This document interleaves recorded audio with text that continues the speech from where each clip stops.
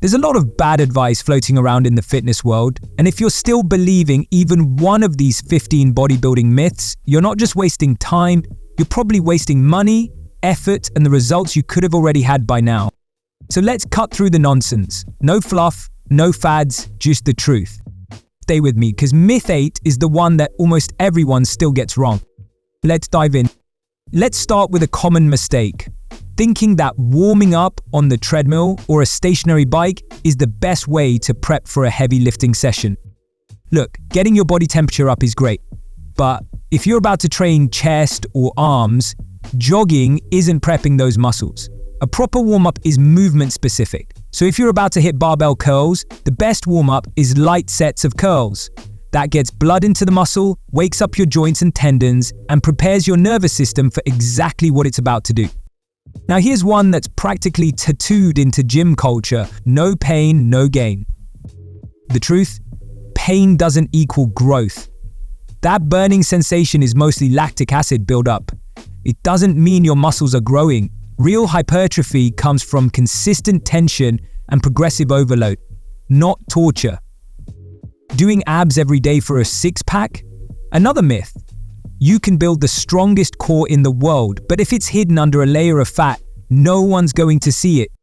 Abs are made in the kitchen, not in your daily 200 rep crunch routine. Train them like any other muscle, with intention and rest. But if you want them to show, dial in your body fat. More sweat equals better workout, right? Wrong. Some people sweat a ton sitting still. Others barely glisten during an intense session. Sweat is a response to temperature, not training quality. Don't let your towel be the judge of your gains. Let progress be. Ever heard someone say, "If I stop working out, my muscle will turn into fat"?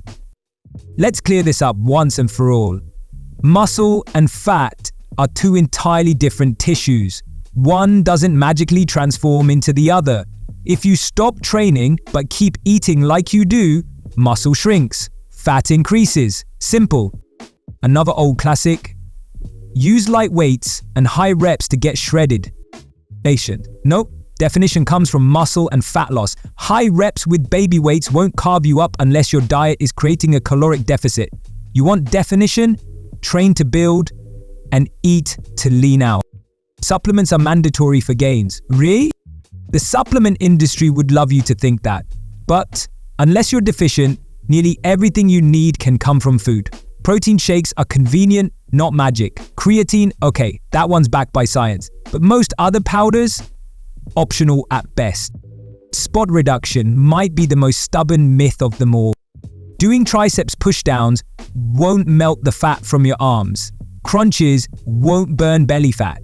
Fat loss is global, not local. You can tone the muscles underneath, sure, but the fat comes off from wherever your body decides. You can't target it. Pre-workout is not a magic potion.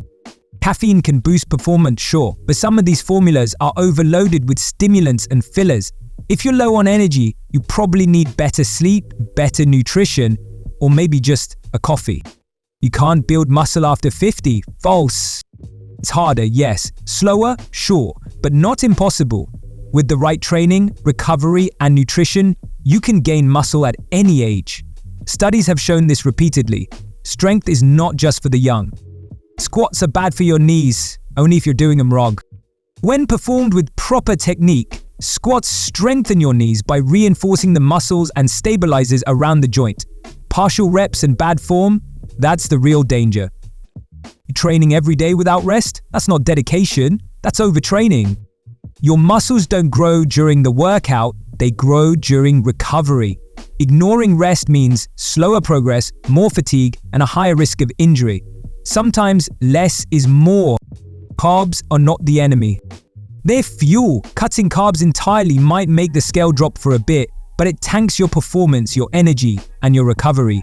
Instead, learn to use carbs smartly, especially around your workouts. Running or cycling works my legs, so I don't need to train them. Wrong again. Endurance is not the same as strength. You need resistance training to truly build muscle mass in your legs. If you're skipping squats, you're skipping results. And finally, the myth that cardio is more important than weight training for fat loss. Yes, cardio burns calories, but strength training changes your body composition.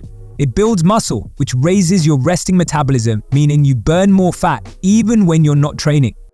Cardio is a tool, but muscle, that's the real engine. There you have it.